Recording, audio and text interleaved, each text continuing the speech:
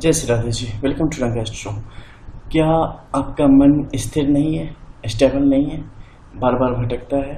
आप कैरियर में कुछ करना चाहते हो, लेकिन कुछ दिनों के बाद फिर कोई नया प्लान आपके पास आ जाता है, फिर कोई नई सोच आपके पास आ जाती है, फिर कोई नया सेक्टर आपको दिखाई देने लगता है।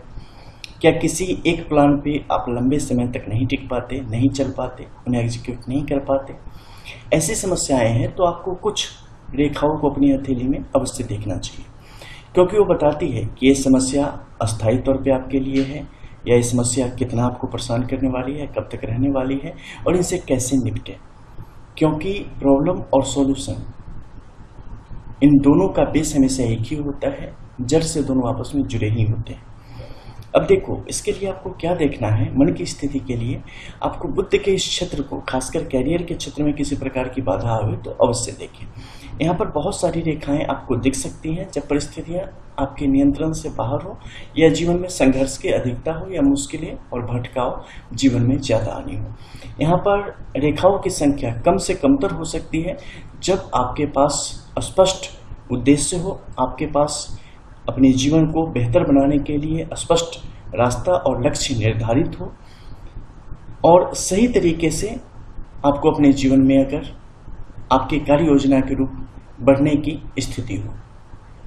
यहाँ पर अगर 1 से 2 और मैक्सिमम 3 तक की रेखाओं की स्थिति बनती है जो कि कहीं से भी खंडित ना हो, तो ये जातक के जीवन में, खासकर कैरियर के क्षेत्र में, व्यवसाय के क्षेत्र में स्पष्ट उन्नति को दर्शाने का काम करती है। ये किस प्रकार से रेखाओं की स्थिति होती है? देखो, सबसे पहले कुछ हथेली में आप देखेंगे कि बुद्ध की रेखा जो कि आपके कंकन के क्षेत्र से, यानी कि मणिबंध के क्षेत्र से बाहर की तरफ निकलती है। कई दफे आपके जीवन रेखा से आगे की तरफ आती है, कई दफे आपकी जो भाग्य रेखा होती है उससे निकल के आगे की तरफ आती है और यहाँ तक पहुँचती है। अगर स्पष्ट तौर पर बिना खंडित होते हुए बुद्ध की रेखा आपके इस क्षेत्र तक पहुँचती है तो इस जीवन में बेहतर विकास और समावेशी विकास को दर्शाने का काम करती है, निर्बाध विकास को दर्शाने का काम करती है। ऐसे लोग का तेज कभी कम नहीं होता, ऐसे लोग की चमक फीकी नहीं पड़ती और ऐसे लोग जीवन में अनंत ऊंचाइयों तक पहुंचने की स्थिति में आते चले जाते हैं। जिस भी कार्य में हाथ लगाएंगे उसमें सफलता को निश्चित प्राप्त करेंगे। ये कहीं भी रुकते नहीं, थकते नहीं, क्योंकि ये सतत प्रयत्नशील रहते हैं और जीवन को बेहतर बनाने की दिशा में हर हमेशा काम करते होते हैं। देखो, मेहनत का कोई सानी नहीं होता है, कर्म का कोई सानी नहीं होता है और जहाँ पे सही दिशा में सही कर्म किया जा रहा हो तो उसके नतीजे निश्चित तौर पे काफ़ी मनभावन होंगे, काफ़ी आपके सौभाग्य को बढ़ाने का काम करने वाले होंगे। तो एक हो गई ऐसी रेखाओं की स्थिति। इसके अलावा होगी कि यही इस क्षेत्र से कुछ रेखा ऊपर की तरफ चलती चली जाती है। इससे आप 2 चीज़ भी जान सकते हो, जैसे कि अभियांत्रिकी का कार्य, जैसे इंजीनियरिंग हो गया, जो भी मैकेनिकल का हो गया, वगैरह वगैरह जिसका भी, तो सारी इंजीनियरिंग के रिलेटेड चीज़ों को आप जान सकते हो कि ऐसे लोग किस क्षेत्र में आगे जाएंगे। क्या ऑथर होंगे, क्या मेडिसिन लाइन में आगे की तरफ जाएंगे, जैसे डॉक्टरी पेशा वगैरह हो गया, अभियांत्रिकी का क्षेत्र, इंजीनियरिंग का क्षेत्र हो गया, उसमें आगे की तरफ जाएंगे। तो चिकित्सा, अभियांत्रिकी, इसके अलावा लेखन कार्य, इन सारी चीज़ों के विषय में यहाँ से आप स्पष्ट तौर पर जान सकते हैं। साथ ही ये रेखाएं कई मायनों में आपको कई सारी चीज़ों की जानकारी देती है। इसके अलावा स्टेबिलिटी की, यानी कि अस्थायित्व की, कि व्यक्ति स्थिर मस्तिष्क का होगा या अस्थिर स्थिति उनकी होगी, इसे भी ये दर्शाने का काम करता है।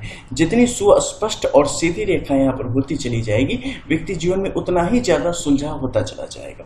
ये रेखाएं जितनी ही टेढ़ी होगी, जितनी ही बिखरी होगी, जीवन में उतने ही प्रकार के स्पीड ब्रेकर, तनाव, परेशानियाँ, मुश्किल परिस्थिति आपकी तरफ बढ़ती चली जाती है।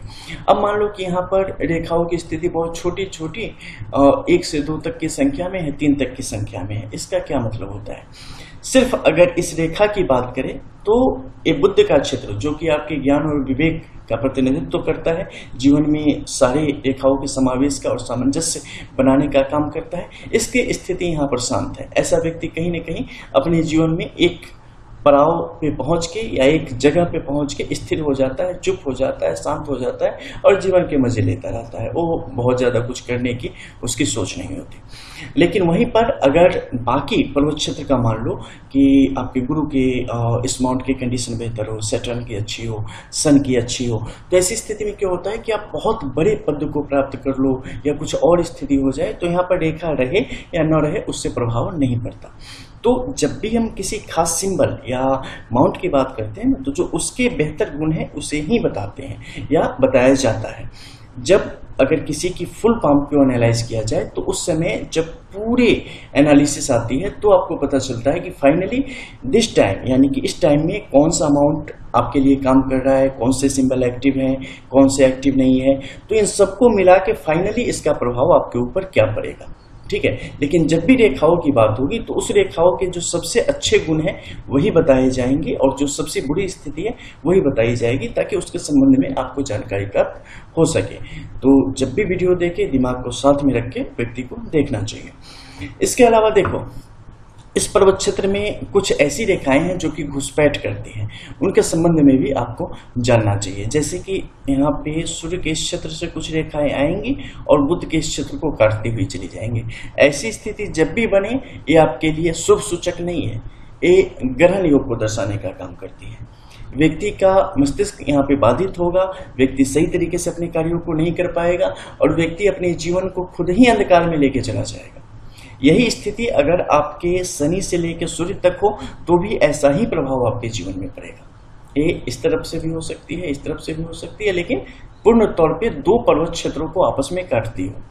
उस समय यहाँ पर अगर अच्छे अच्छे सिंबल्स भी रहेंगे वो भी काम नहीं करेंगे, उसका भी प्रभाव उस तरीके से आपके जीवन पर नहीं आएगा। अब हम चलते हैं इसमें मौजूद कुछ अन्य रेखाओं के संबंध में हम जानते हैं। जैसे कि यहाँ पे आप देख रहे हैं शनि के क्षेत्र पर त्रिशूल की स्थिति, स्पष्ट त्रिशूल की स्थिति है, कहीं से कोई दोष की स्थिति आपको यहाँ पर दिखाई नहीं पड़ रही होगी। क्योंकि बहुत सारे जब हमारे व्यूअर्स हम किसी सिंबल को दिखाते हैं तो बताते हैं कि हमारे हाथों में भी सेम है, जबकि होता कुछ नहीं है, लेकिन बोलने के लिए बोलेंगे सेम है। तो सूक्ष्म अंतर कैसे होता है और रेखाओं को सच में कैसे देखा जाता है, इसे आप महसूस करेंगे इस रेखा के द्वारा। यहाँ पे अगर हम इस लाइन को हटा दें तो स्पष्ट कहोगे कि यहाँ त्रिशूल की स्थिति है। मैं अगर अभी बोल रहा हूँ तो बोलोगे कि नहीं नहीं दिख रही, लेकिन नॉर्मली कहोगे कि यहाँ त्रिशूल की स्थिति है, क्योंकि यहाँ पर भी महीन रेखा आपस में जुड़ी हुई है। लेकिन क्या वास्तव में त्रिशूल की स्थिति है? नहीं। अगर आप देखेंगे तो पाएंगे कि यहाँ पर यवल रेखा ऊपर की तरफ से आके मुड़ के इसमें जुड़ गई है।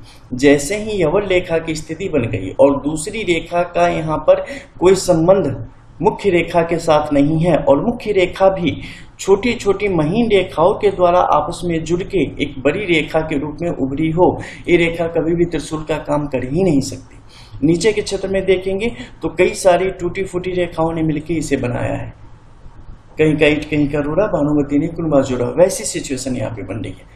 तो एक काम किस तरीके से करेगी? तो एक काम यहाँ पर दो अन्य रेखाओं और अन्य फल देने वाली रेखाओं के रूप में काम करेगी, जिसमें कि अर्धव रेखाओं की स्थिति ज्यादा है, यानी कि निगेटिव लाइन की ज्यादा। जैसे यह रेखा हो गई, अब ये क्या करेगी? इस क्षेत्र का जो प्रभाव है उसे कहीं ना कहीं सीमित करने की कोशिश करेगी, इसके जो शुभ प्रभाव है उसे कमतर करने की कोशिश करेगी। वहीं बाहर के क्षेत्र में अगर आप देखेंगे तो यहाँ पर क्या स्थिति बनेगी?